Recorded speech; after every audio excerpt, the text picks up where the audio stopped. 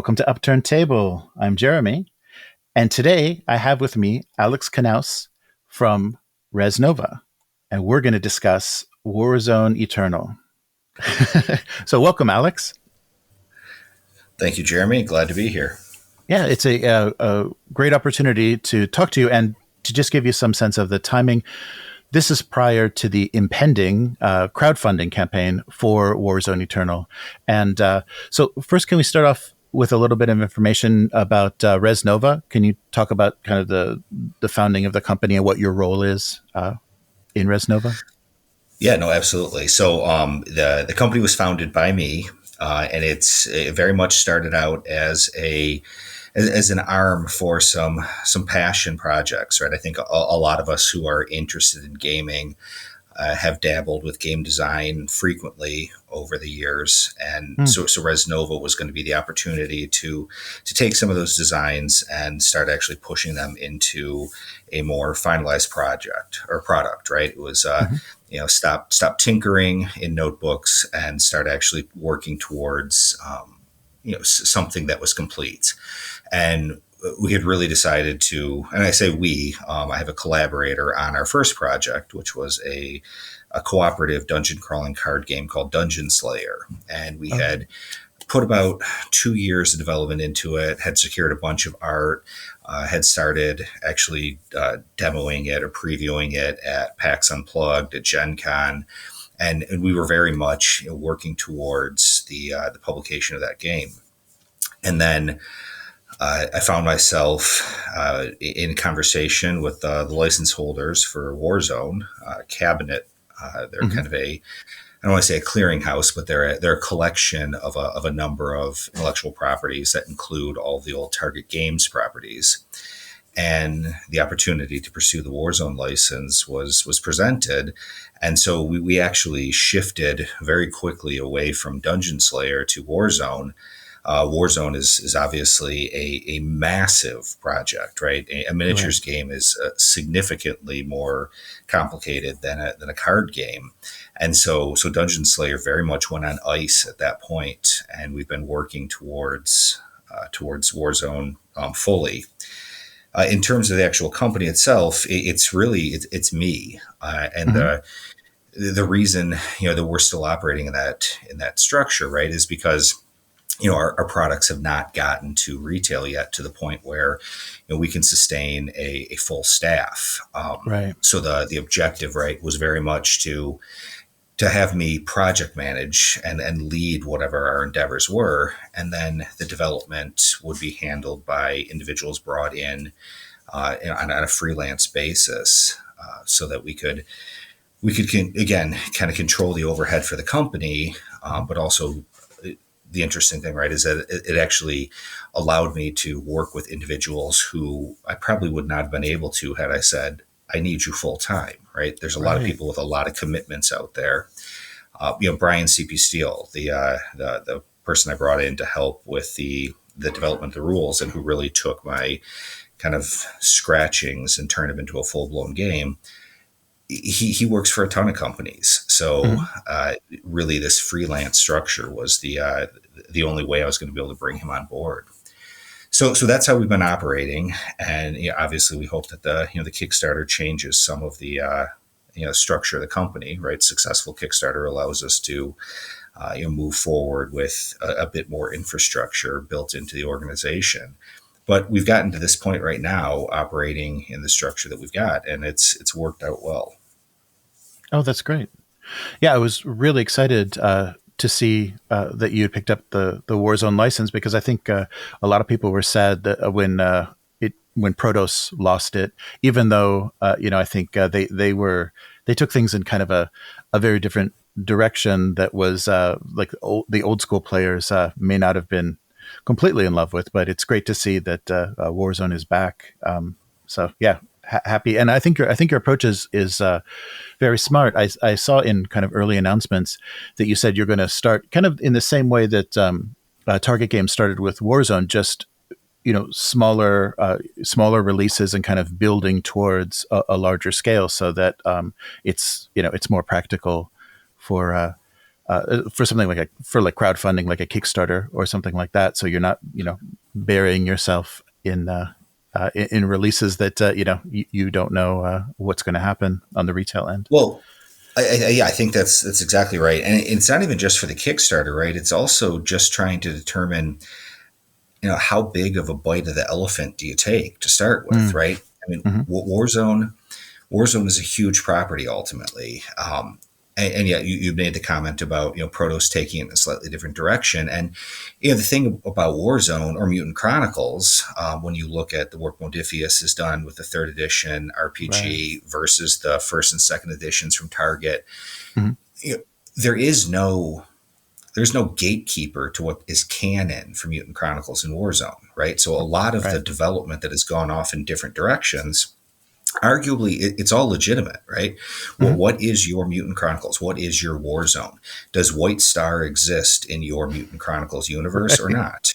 Right. Yes. Right. Um, and so I think that when you approach it that way, when you look at it that way, and you accept the fact that all of these things are legitimate, uh, iterations on this particular property, you then realize from a miniatures gaming perspective, we have hundreds of different units or special characters, Mm-hmm. that we could make for this game, right? Right. So how do we decide what to start with, right? We've gotten a lot of pushback from people because we've decided not to include Brotherhood as one of the full, and I don't want to say a full faction, but as one of the factions that has a unit box set at Mm-hmm. release. And Protos had done something similar when they didn't include Imperial when they launched the Kickstarter. Oh, right. And I Yeah. think all of it is a calculation, right? What is the part of the game that you can slow down its release slightly so that you can actually achieve production of something. And so the work towards the Kickstarter very much has been, let's identify a couple iconic units for each of these factions, iconic units that have stylistic similarities, so that we can build each one of them out of the same core box, just with Mm-hmm. extra bits in them. It allows us again to create some variety, have a production goal that's actually achievable, and then ultimately when we hopefully start hitting retail, or working with any sort of brick and mortar or online retailers, we don't end up with a catalog that is so enormous that the buy-in cost is just Yes. a massive hurdle, right? We want to Right. grow slowly and organically. And you made the reference to first edition Warzone, and I remember when that game hit, and after we bought the rulebook, I was going to be a capital player, and I had one blister pack of Right. soldiers to choose from, right? It was the Mm-hmm. Capital Special Forces, which allowed me to play Sea Lions or Free Marines. And that's it. Yeah. And Imperial had just the Blood Berets, right? And Mm-hmm. we played the game because it was a skirmish game. And, there was no sense that we needed to play the game at a scale that included multiple different unit types and vehicles and the full Dark Legion beasts, right? Those are all things that came eventually. And I know that because our player base, they've all seen those models before. They know that they're out there. They know they're waiting in the wings to eventually be produced. There's an expectation that they're available to them now. And Right. and that's a hard dilemma to address. So Mm-hmm. we're working our way through it the best that we know how. Nice. Yeah. Yeah. I understand that. That definitely is, because there are, people that are, because of the history of the game, they're very dedicated to their corp, and so they're going to be anxiously waiting. So give us a little bit of an idea. So when will Warzone Eternal be set? Like, what's the in the lore? Like, where does this take place? Yeah, so it's very firmly in the separate or second Corporation Wars. So Oh, it's okay. the exact same time frame that the second edition role playing game from Target or the first edition miniatures game from Target were set. So right, Nice. it's after the Dark Legion has been awakened, the tablet on Nero has been messed with, they've invaded, there are citadels everywhere, The Brotherhood has already risen once to fight fight the Crusade to push the Dark Legion back, and all the corporations have redescended into squabbling. Nice. Oh, excellent. I think that's a really good choice. And then also that allows, well, and one thing, back to what you were talking about previously, because there is an existing amount and even still semi-available at retail, the old Heartbreaker miniatures for Warzone, the metal miniatures, that will help as far as people taking a look at the rules and being able to try things out. They'll have forces that haven't been released yet for Eternal, but do already exist. So I think that will help help a bit to kind of get you started, and then you may even from feedback see where the biggest demand is, or where the squeakiest wheels are as far as what to release next. Yeah, no, I think that's exactly right. And yeah, it's interesting that you reference the kind of the continuing retail through Prince August of the old metal Target figures, or Heartbreaker and Target figures. It might be kind of kitschy or cheesy, but part of the reason we chose the name Warzone Eternal, right, is because this is a game that, through several different iterations, a couple different ranges of manufacturers, the game has just persisted, right? And it's continued to capture the imaginations, create joy for the player base out there, the community, and so we obviously want people to buy our figures, and we want them to enjoy our rules. But ultimately, what we look at is we're contributing to that continuation of this license, or this property. And so, yeah, if you like our figures, but you prefer playing, Target Second Edition or Ultimate Warzone or Protoss' Warzone Resurrection, great. If you decide you really like our rules, but you far more enjoy previous sculpts of figures, then do so. We're not focused on tournament level gaming. I really think that tournament level gaming tends to be more of an outlier for most people's experiences. Yeah. So we're not going to take an approach that dictates which models or which rules you're supposed to be using. Obviously, to the extent that we ever do start running tournaments ourselves, then there will be certain expectations of what are appropriate figures. But ultimately, yeah, there's a ton of figures out there. They're sculpted in a number of different styles. You decide the style that represents the war zone that you envision, and play that game. Nice. Yeah, let's talk a little bit about the miniatures. I saw on the Facebook group that you're going with Cinocast as far as the material for the miniatures. Yeah, so we very early on, one of our production partners threw the idea out of Cinocast, and really you've got, I don't know, like 5 or 6 different options, right? You've got metal, you've got resin, you've got injection molded styrene, you've got PVC, and then you've got the material that people call restic, right? Which is really just another kind of resin hybrid. And metal at this point, metal prices are out of control to the point where even traditional metal companies like Corvus Belli are starting to look for different materials for some of their larger models. Injection molded styrene, Games Workshop kits, those are awesome. The tooling is, I think, as most of us know, is so significantly expensive that you really have to have some sense of what the appetite is for your property before you move in that direction. Right. And then, resin, PVC, and restic, right? They all have their positives. They all have their negatives. There are people who say that, the resin details from Protoss is exactly why they love those miniatures, and they really want to see resin. And there are people who have posted saying the fact that all the Protoss miniatures were resin was terrible, that they hated working with it. People have talked about restic, how hard it is to clean. PVC has this general perception as being, bendy board game figures that don't hold detail. So really, again, whatever direction we go, there's going to be a cost. There's going to be a negative consequence, and again, this production partner came to us and said, well, COcast, we've got the machine, we're moving all of our lines of figures to this. And so we talked to them about this. And when you start looking at the fact that the mold costs are significantly cheaper than styrene, Hmm. it's still a plastic, right? So the material cost is significantly cheaper than metal. And when we looked at the figures, realized that the detail level, while not as good as the best resin casts, are pretty close. Nice. And so, and then, there's environmental considerations as well. All of the offcuts or off sprues from COcast machines, because it's a thermoplastic, they can literally be melted down and reused a number of times.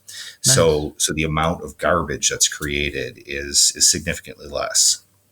Oh, So that's great. yeah, so it's a cool material, and what's been interesting, right, is that we've seen a number of additional manufacturers start offering COcast technology. So I think it's moved beyond that very early, let's try this out, it's kind of a novelty, is this an option phase, to smaller companies who have to make a commitment based upon some empirical understanding, some empirical knowledge of the viability of this material, and they're making that choice. So I think we're going to see CyoCast as an option for quite some time. Now, that all Okay. being said, we'd love to do styrene, right? The grail is sprued styrene kits, Right. and that's where we'd love to go. But again, that requires some real understanding of the market for your product, and the likelihood that you're going to recoup that early production cost. Right. Wow. Well, yeah. So the miniatures will come. So because of the material, it's going to be more similar to how Infinity miniatures come. So they'll already be kind of off sprue, and there'll be various like you'll have some options with the miniatures, but there will be like much less, I guess, cutting from sprues and much less material actually in the individual packages. I guess similar to metal, similar to how the old metal kits would come. Yeah, I think Yeah. that's absolutely accurate. You'll probably see things like heads, on a trunk, right, like kind of Mhm. connected together. But for the most part, no, they'll come as loose pieces, just like you would with a resin kit or a metal kit, or yeah, exactly like what you're seeing with Infinity. Nice, nice. And how about the rules? So you said you kind of sketched out what you wanted, what you were thinking for the kind of evolution of this version of Warzone, and Brian Steele kind of fleshed those things out for you and created more of the system. What is it still D20 based? It is, and yeah. Just real quick, I want Oh, to sure. make sure it's clear that Oh, with yeah. Brian, I want to give him full credit. He Hmm. definitely did more than flesh out, and I realize I Oh, might okay. have kind of hinted at that. He very much took what was a 3-page outline of a rule set, and turned it into a full game. So the Nice. development is very much Brian's. Okay. It's been great to work with him collaboratively, but yeah, he has definitely been the brain power behind the development of the game. Excellent. But And yeah, he worked on Dark Age for yeah, Simon. Oh, yeah. Okay. he did. He Nice. was he was running the entire Dark Age Oh, property for nice. Simon right up to the end. So rules development. I think he was.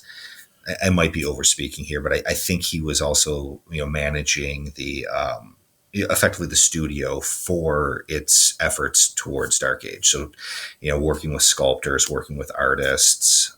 He was really kind of hands on with the whole property. I very much targeted Brian because of the work on Dark Age. Yeah. Dark Age, if you look at that game mechanically, it is very much kind of the spiritual successor to Warzone. Mm. And the original developers, the original rules developers for Dark Age, were actually people that I had been working with at Target Games on the playtest and FAQ teams. Oh, So wow. when Target went away and when Warzone went away, a couple of these guys reappeared working with very very early, Cool Mini or Not, on the development of the Dark Age rules. So a lot of it felt when I first encountered Dark Age like this is somebody who played Warzone and wanted to make some changes to the way the game played. So Excellent. Yeah. it felt like that was a legacy that we should look into. And Brian was familiar with Warzone, loved the old game, understood Dark Age, and so I think it was a very quickly an appropriate match to bring him on for this. Yeah. Yeah. Sounds like a really good choice. Nice. So, what are some of the new things we're going to be seeing in the rule set? So, it's going to have the same.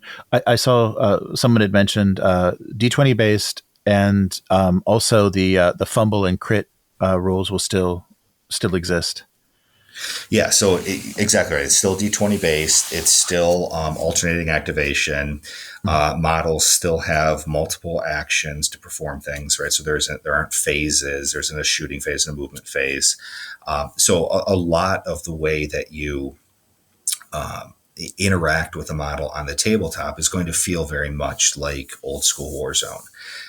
The stat lines are generally similar. There's a few things that need to be changed. But in general, if you look at the stat line, it'll be reminiscent of what a stat line looked like for Warzone First Edition. But at that point, that's kind of where a lot of the similarities stop. So the game to start with is very much a skirmish game, as we've talked about repeatedly at this point. So you're putting together a group of models that create a fire team effectively. So you're not buying squads of models. Now there are some very cheap models, right? Like things like Undead Legionnaires, where you are effectively buying them in groups. But most of your more competent unit types are going to be individuals. Nice.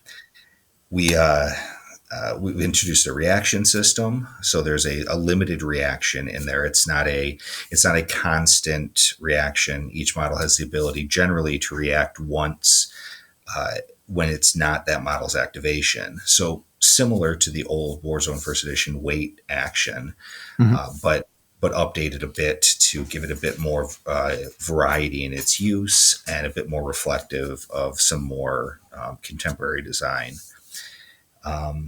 And then we also have, our scenario designs are very much intended to be somewhat asymmetric. We really want to build on the lore that depicts a world or a universe where everything is, shades of gray, right? And all of your corporation troops, there's a very good chance that, any number of them could be infiltrated by the Dark Legion or seduced by the Dark Legion's powers or full on heretics. And then you're combating that, right? You've got the forces of the Brotherhood that have their own agendas. And so when you play the game, one side is always going to be aligned with the dark. One side is always going to be aligned with the light. That doesn't necessarily mean that you're playing the bad guys or the good guys. It just allows us to identify one side versus the other as different so that we can give them asymmetric scenario objectives. Nice. And then it also, to the extent that you decide you want to really just buy into that force of light or force of dark characterization, there are certain Dark Legion or certain Brotherhood models that you can take into your force then. So your capital force that's identified as a force of light maybe has a mortificator that joins them, and your Dark Legion force, or your brother, or your Bauhaus force rather, who's an ally of the dark in this particular scenario, brings along a Centurion or whatever. But I think that's gameplay wise. I think that's going to be one of the more significant things, is really trying to grab a hold of that lore and making it feel like it's reflected in the game mechanics. Wow, that's nice. I like that. I think you're right. That's a great way to kind of delve into the lore, because so much of the corporation's behaviors, you don't know how much of the dark symmetry's influence was causing that. So to actually make that a mechanic and then give that have that ability to recruit different units, I think that's a great that's a really great idea. Yeah, and of course for those people who are purists and you just want to play your Imperial faction, Hmm. you'll still be identified as a agent of the light or the darkness in terms of identifying which side you are in a scenario, Hmm. but you can completely ignore any of the Brotherhood or Dark Legion entanglements and just take your Blood Berets, Golden Lions, Wolfbanes, whatever. Hmm. Nice. But I think that that makes the name also resonate a little bit more because it is kind of an eternal struggle, yeah, between light and darkness. I think that works really well. Yeah. Nice. Well, great. So let's talk a little bit about what some of your plans are for the crowdfunding. So Kickstarter is going to be the platform. That's correct. And as far as factions, like how much do you plan to introduce in this? Is there going to be like a starter set, or are there going to be like faction boxes, or like kind of per model people can build forces?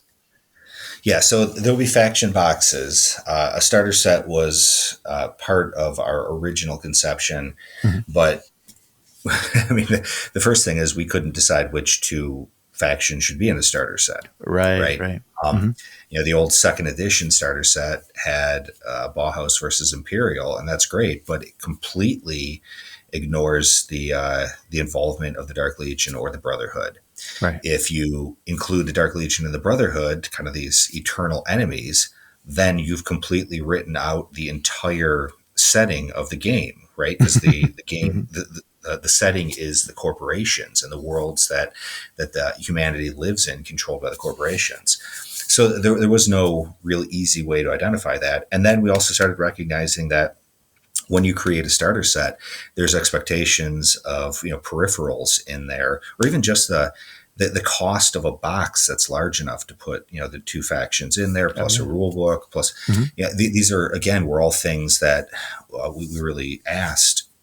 Does this achieve anything greater than making the rule book available and allowing people to choose the figures specifically that they want for their faction?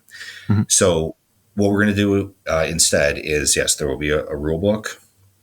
The rule books will be made available via PDF as well.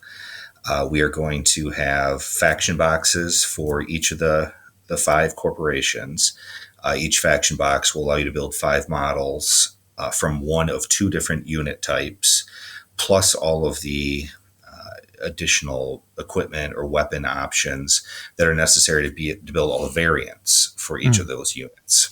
So, for instance, with Imperial, you can build Blood Berets or Golden Lions. And then the models will also have the pieces to build basic troopers from each type, sergeant from each type, and then some collection of specialists, which may include grenadiers, medics, snipers, support troopers that have various heavy or various heavy weapon types. So that's how all the box sets will be structured. And so there'll be one for each corporation, and then the Dark Legion is a more difficult proposition, right? Because Hmm. they've never been made up of units of Right. troops. They're kind of this collection of various odd monster types, with Hmm. necromutants and undead legionnaires really being the horde. And then undead legionnaires and necromutants don't look anything like each other, so you can't really build them out of the same box. Right. Right. So Elgaroth will actually get a couple boxes, and we'll have an undead legionnaires box, a box that builds necromutants and centurions, and then we'll have a Razid. And Nice. then finally, we should, right? This is again a matter of just making sure that we have our all of our sculptors able to finish things in time. Hmm. We should have a Brotherhood character available as well. Nice. Well, so are we going to see? Will the measurements be in inches? Kind of Yeah, like yeah, standard. Okay. yeah. So, and we understand that it's kind of I'm going to say presumptuous or self-centered, right? But I mean, the development of the game, the writing of the game is being done in the U.S. So Hmm. we are defaulting to the measurement system that Nice. we use Yeah. here. Now that being said, we've already touched base with a number of people to try to very quickly at the very least, have full PDFs available of the rules in a number of foreign languages. And Nice. the nice thing about inches to centimeters is it's not a tremendously difficult conversion. So Right. we might make the conversion at that point. We might leave it in inches. We'll actually talk to our translators to really get a sense of what they think is most appropriate. Oh, nice. And how about templates? Will the game be using templates for blast and flame weapons and things? So we've written the rules such that they don't need to use templates, Oh, okay. but we've also written the rules such that if you choose to use templates because they're easier, templates very easily represent the same dimension. So, for instance, our explosive weapons, right? You fire a southpaw rocket launcher at somebody. The weapon is listed as having an explosive radius. Hmm. And the idea being you could simply identify the point on the table and measure out Right. and determine who's been hit with it. But because we also have a radius there, you could also just pull out a 2-inch radius template that you happen to have and put that down on the table. Nice. We are working with a third party who does great work with acrylic markers and counters Oh, to identify what sort of special abilities or weapon effects like explosions could or should be represented by counters. And we hope to have, as part of the Kickstarter, the option of adding on a packet of acrylic markers that you could use in support of the game. oh, very cool.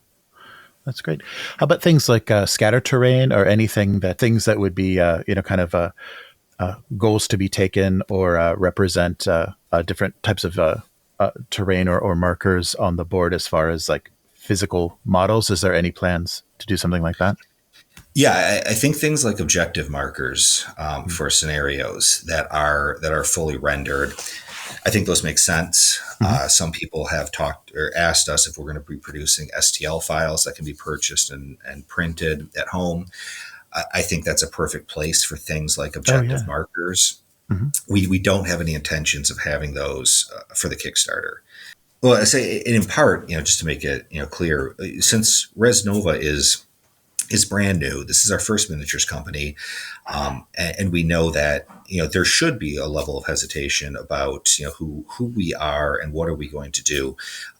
We have no intention of going to the Kickstarter with STL images or renders or painted renders saying this is what you're going to get. Mm-hmm. When we hit the Kickstarter, we expect to have painted physical examples of every single model that we're producing. The Brotherhood character that might be iffy because we're really pushing up against the kind of the end of our window to get that done beforehand. Mm-hmm. But all of our corporate box sets, all of our Elgaroth box sets, we want them to be fully rendered, printed, and painted, so that number one, it's very clear what people are getting from us. Number two, Mm-hmm. that this product exists in a point where it's almost ready to go immediately to production. So there will obviously be complications. There are always complications when it comes to Kickstarter production and fulfillment, but creating a sense of reliability that our backers can feel confident that they're not backing vaporware. Right. I think that's great. I think that confidence is really huge, especially on a Kickstarter, to not just see a bunch of 3D renders and this, kind of pie in the sky idea of what things are actually going to look like. That's very encouraging. And also painted examples for miniatures games are much more evocative and really, give people an idea what that looks like on the table. So yeah, excellent. Excellent thinking. Yeah, exactly. And so that would be part of the reason why we would not have or not make promises of sculpted objective markers for the Kickstarter. Right. We're just not going to be able to get that done between now and then. Right. Sculptors are not as plentiful out there as I think people might think they are. Mm-hmm. And, there are certain other miniatures production companies who maybe have announced recent Kickstarters that are large and basically suck all the freelance sculptors out of the industry. Yeah. Mm-hmm. So interesting. Yeah. yeah. So it's working with freelance sculptors has been great, but you also are subject to the to the whims of the other companies out there that make use of freelance sculptors. Wow. Yeah. Interesting. Yeah. Of course. Um, the nice thing when you're talking about the COcast as the material that you chose, that means that production is going to happen domestically in the U.S. So you're not dealing with the entanglements of Chinese production and all those headaches. Yeah, that's exactly right. COcast production will be done in the U.S., so it allows us to. There's just, I mean, the U.S. is huge, so it's not like everybody's a neighbor, but it does give us geographic proximity. It's easier to literally show up at the production facilities and see what's going on, and take a look at the product as it comes off the out of the machine. We're also going to do our rule book and our card production in the U.S. as well. Oh, nice. So everything will be done here. Everything will be packaged and shipped out of the U.S. We're talking to international Kickstarter fulfillment companies, trying to figure out exactly how do we make sure that we can reasonably get this into Europe, because the Polish, Spanish, Italian, French communities are they're really strong for this game, and we absolutely want to make sure that we're able to get product in their hands without having to try to ship individual parcels from the U.S. Mm-hmm. Oh, that's good. Great. So if you are going to Kickstarter, are you prepared for the Kickstarter backers comment section? I know Facebook, especially when it's a lot of fans, participating in a Facebook group, there's a lot of very enthusiastic people. But I've noticed on Kickstarter that there seems to be people that will pledge $1 just so they can, be a little bit of a troll in the comments. Well, I think this entire endeavor has forced me to take a different approach to how I engage with the community. Mm-hmm. Yeah, there's a lot of passionate fans out there. You're absolutely right. I think again with passionate fans, you've got a lot of individuals who've got a very very clear picture of what they think the game should be, and so when you don't deliver exactly what it is that they're expecting or desirous of, then they can be critical to a point at times where the effort that you've put into the game, you feel wounded a bit, right? Mm-hmm. This is something that you and your team have been working hard on, and so I think yes, you're right. The Kickstarter comments will probably have a lot of similar types of commentary, a lot of similar perspectives, and we'll weather it, right? We ultimately know that everyone who's working on this project absolutely loves this license. We're not intending to try to create this game as an opportunity to cash in on this existing passionate fan base, right? We went and pursued the license because we wanted to build a Warzone game. We wanted to see this game, come back, and we wanted to do it very much in the image of the game that we all loved once upon a time. So I think what we'll continue to do is, kind of stay true to that agenda, stay true to that vision, and just recognize that what we're doing with this property is very much in line with that goal that we set, with that vision that we developed. And if people don't like it, or they want to be critical of it, whether legitimate or otherwise, we just need to continue moving forward with the this plan that we put in place. Right. Yeah, I think you've already shown a lot of passion, for the IP, for the setting, and for making this game on the Facebook group. So I think that'll translate well into the Kickstarter. And there'll also be a lot of people. You'll have a lot of defenders. You'll have a lot of people kind of cheering on the campaign itself. How about planning as far as stretch goals? Have you kind of limited things, or do you have things that are going to kind of open up depending on the success of the campaign, how big things are going to get as far as the offering? Yeah, so we actually brought on a Kickstarter manager, someone who's run a number of Kickstarter campaigns for other companies. And we talked a lot about things like stretch goals. Hmm. And again, recognizing that we're trying to give concrete details about what it is that we're offering to, the player base. We decided that stretch goals just didn't make sense, right? Stretch Right. goals, number one, they can take the project, make the project out of control slightly, right? All of Hmm. a sudden, you've committed to producing, a second box set for every faction.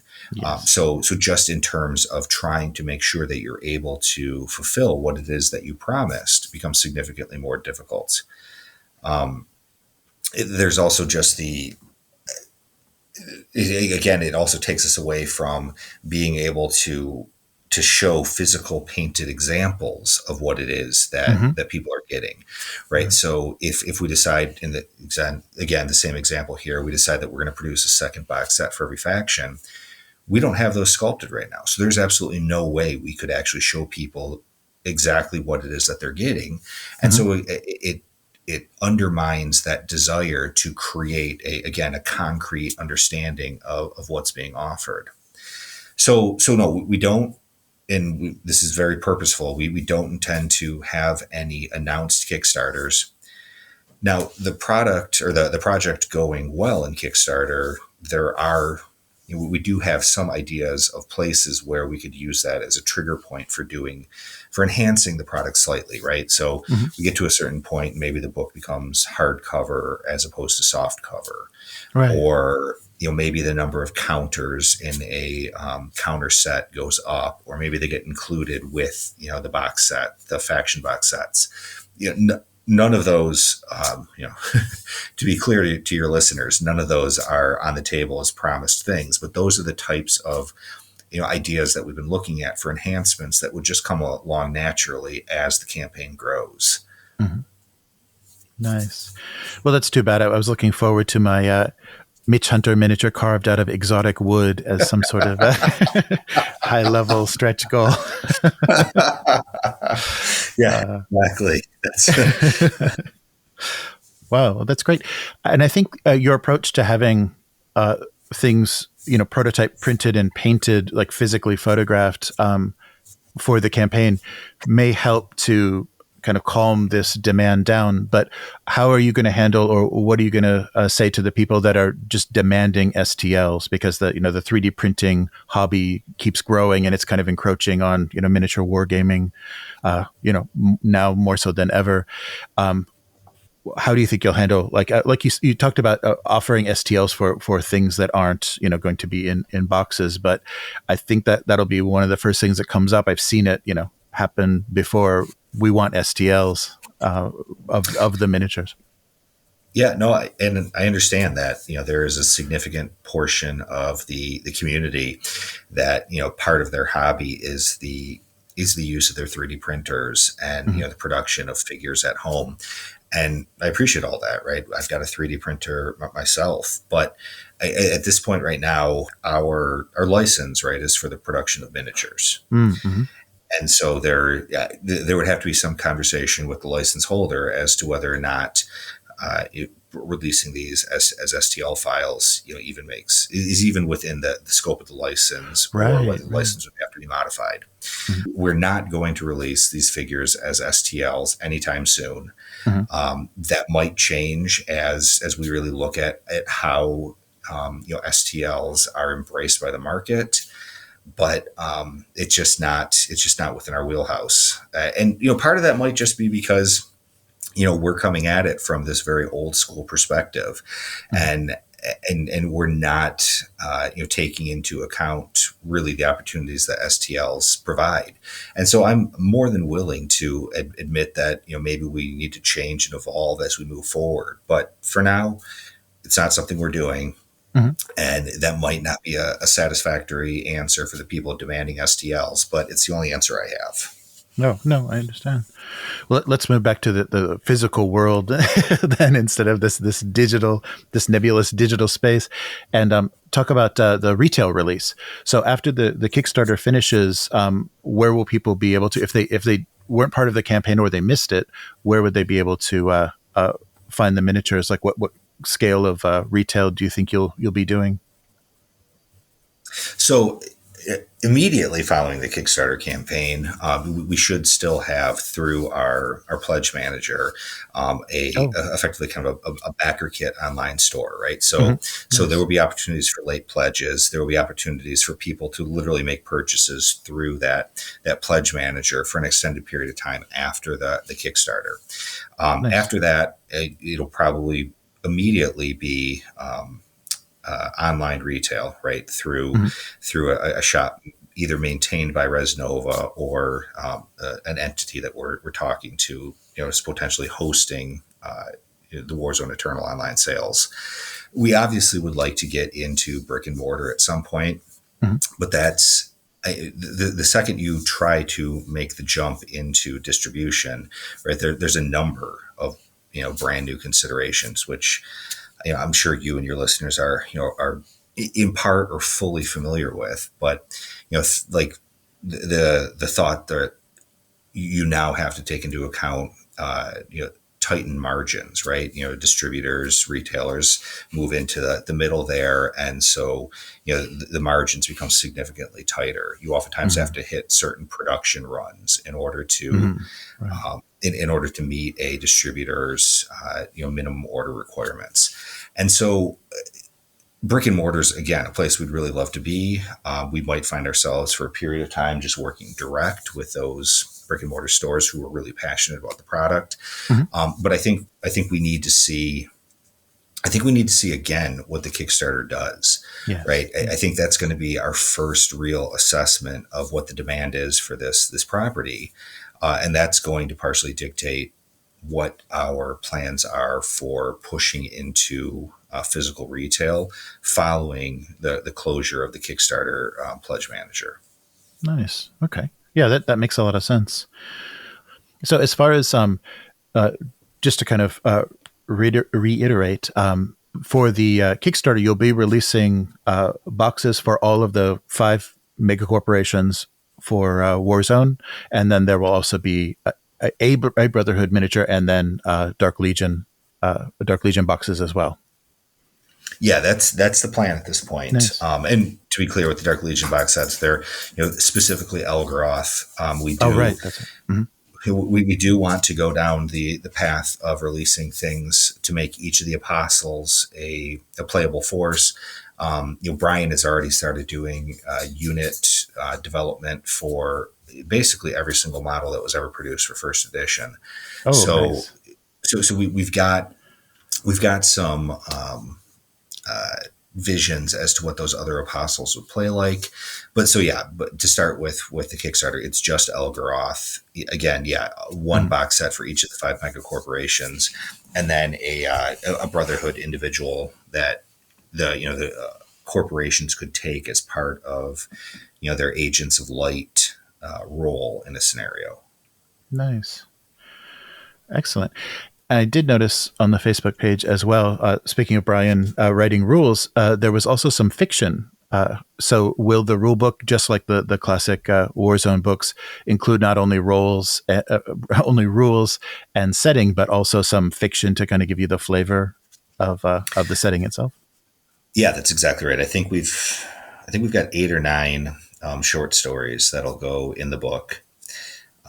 So yeah, the rule book will be primarily a rules manual. There will be setting information at the beginning, the rules for playing the game, standard scenarios, and then a number of short stories interspersed throughout to continuously take you back to the setting and really kind of grounding what the game is, what the theme, the narrative for the game is.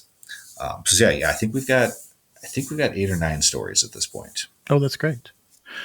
And as far as the stat lines and everything, are there going to be unit cards or anything that you'll have like kind of tabletop? They're Malifaux and some of the games really rely heavily on using the information on cards. Or will the stats be in the rule book itself?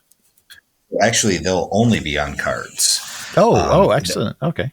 Yeah. So one of the things that we realized, and we've been looking at what a lot of other miniatures manufacturers are doing, and one of the things that we recognized was right? The unit and weapon stats and special abilities are the things that are most often changed through FAQ or playtesting Mm-hmm. activities.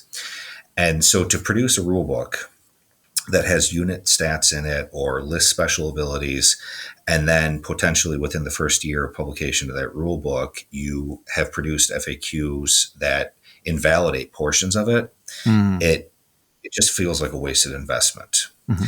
So the rule book is very much going to be a rules manual. It's going to tell you how to play the game. It's going to identify again the core scenarios that that are always your default if you're not playing one of the more narrative scenarios that we eventually release. But all of your stats are going to be on cards that come with the models. Cards are easier to update. Mm-hmm. We can push out PDFs of the cards that people can just download and print. If we get to a point where there are significant revisions to our units, we can release brand new card packs that are faction oriented. We can use things like drive-through cards to push out print-on-demand options. Right. It just made a lot more sense for us to focus on just the cards. Oh, excellent. Well, that's great. And that has I like that. That reminds me of kind of Rackham Confrontation, or the old school games with, unit cards. And you'll have some painted art, some painted models on those cards, or are they just going to be purely stats? So our graphic designer is actually looking at that right now. And I think what's going to dictate that is the information density on the card. Mm-hmm. And so if we get to a point where there's enough material that needs to be on there, we probably won't have artwork, simply because we want to make sure that the cards are clear and readable. Yes. Because we would like to, for instance, have all the special abilities that the unit has actually printed on the card. So there's no need to reference anything else. The card is the singular destination for all rules aspects for that particular unit. So again, it's going to be determined by information density. I could see that the first cards that we release for Kickstarter, we don't necessarily have painted examples if we decide to go that route. Right. Partially because we're not going to probably. Well, I don't know. I guess by the time we actually do production, that's post Kickstarter. But by the time we get to the Kickstarter, for instance, we're not going to have a painted example of every single specialist type for each unit that's available in each box. Mm-hmm. So I think that's up in the air a bit. But yeah, the cards will be each specialist type will receive their own card. So there's no looking at two different cards to understand what a base model is and then what the variant abilities are, because this is a sniper, for instance. The Blood Beret sniper will have its own card. Nice. So aside from unit cards, are there going to be any other hidden objectives or scenario or deployment cards? Anything else that they're going to use in the rule set? Not in the initial release. None of the scenarios are going to require any additional peripherals like that. The idea being, we want you to be able to, with the book, with your figures, and then whatever collection of terrain you have, we want you to just be able to play the game. We don't want there to be any additional purchases necessary in order to play those core scenarios. We've got a whole bunch of more narrative driven scenarios already planned that our desire, right? And this is all speculative right now, again, dependent on how the Kickstarter goes and what the appetite for the game is. But what we'd really like to do is spend our time exploring the various war zones that exist all over the solar system, right? The kind of the eternal skirmishes in the Graviton archipelago, right? The swampy area, or the dough pits of Mars, right? Where it's just continuous trench warfare, or, the Venusian polar fields, right? And so what we'd like to do is create, future releases that are focused on a particular environment, and, have unique scenarios for that environment, have environmental rules that might come into play that hamper or help your troops on the table, and then also potentially include variations on troop types, or even use that as the opportunity to release new unit types into a faction. And so all of those would have levels of complexity that would go beyond what the core scenarios are. Mhm. And so at that point, I could see us using cards to help communicate some of those special rules, or just to have on the tabletop, so you're not flipping through, a manual of some sort. Right. But yeah, to start Wow. with, the cards are solely for referencing your units. Nice. Wow. Well, I like your talk about future plans. That sounds really great. Um, as far as the table size, what is the kind of the default table size for the game in the core book? Yeah, so in the core book, it's a 3x3 table size. Oh, nice. So it's Oh, it's not super tight, but it's I cannot recall off the top of my head whether first edition actually gave you a specific table size, but I mean, we always played it on a 4x6, and I think that mhm. was really driven by our history playing Games Workshop games. Right. But the idea here being that, number one, it's a skirmish game, so there are slightly fewer models on the table, but also the desire to try to create quicker games, so there's Mhm. less maneuvering out on the perimeters of the table, Mhm. and models are getting close and into engagement distance, by turn 2 at the latest, Right. is was the goal. So yeah, 3x3 is what our recommendation is in the core rulebook. Mhm. I know that Brian has mentioned a few times the desire to grow the game, right, as we start, releasing more units, and eventually we want to start, creating bio giants and hurricane walkers and eradicator death droids. And when we get to that point, there would be a bump up in table size, just to account for more models and models capable of longer range engagement. Nice. Wow. Yeah, I know there's a lot of companies that make really great battle mats out there. Are there any plans to do custom mats for the game to kind of suggest the setting or the terrain? That's not something that we've talked to. Okay. So, I mean, well, to start with, right, that's not something that Res Nova would ever actually take on, right? So it Mhm. would be similar to the tokens that we're talking about, Mhm. partnership with a third party. Right. It's not something that we intend to do to start with. I think Mhm. partially, right, because there are so many good battle mats out there. I think a lot Mhm. of players already have them, that they'll just be able to tap into whatever collection they've currently got at home. Yeah, yeah. Well, that's good. Wow. Well, yeah, this sounds really good. I'm really excited for this campaign, and yeah, can't wait to pledge day one. So, do, do you have a date yet, or just kind of a kind of general idea of when things? So we're recording this. This conversation is happening, of course, before the campaign has started. So, is there a date yet, or is that still to be decided? We do have a date. Oh.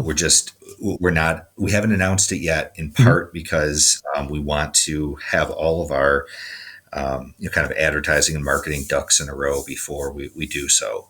Okay. Um, so our Kickstarter manager is looking at a specific date on a calendar that says, at this point, this is when we start telling people that this is when the Kickstarter is going to happen. Mhm. And that date is very soon, but Mhm. but yeah, no, at this point, and part of that is to, right, there are things that could necessitate, pushing the Mm. date back a week, bring it up a week. And I understand that we could announce something and then subsequently modify that, and people would probably understand. But we just want to, kind of like showing up with painted miniatures, to give a concrete example, we want to show up with a Kickstarter date and kickstart starting on that date. Right. Right.